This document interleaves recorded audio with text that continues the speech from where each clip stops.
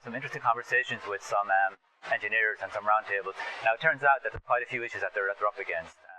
Primarily it's counterfeit, which we all know and love is the major topic, right? We find that they're finding parts ending up, wafers ending up in their ICs that weren't spec'd out to begin with.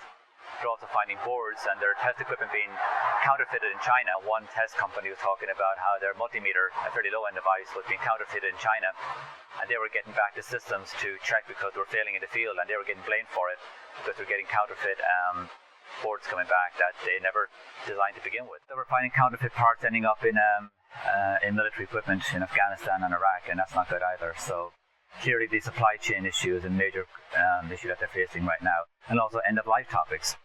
It ends up that after 4 or 5 years, you can't find those parts anymore. So your supplier or your distributor has dropped those from their line, so you're stuck supporting boards and a system that's been out there for 5 or 10 years, and your customer comes to you after 5 or 6 years and looking for a replacement part, and you can't do that because your supplier's not sending you the components that you need because they're all end of life.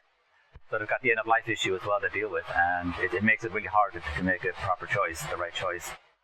The average engineer will not trust anybody wholeheartedly because it's their job on the line. So they might trust the distributor, but in the end they'll go and do their own research, talk to the manufacturer and the supplier, and get more details before they actually make the final component choice.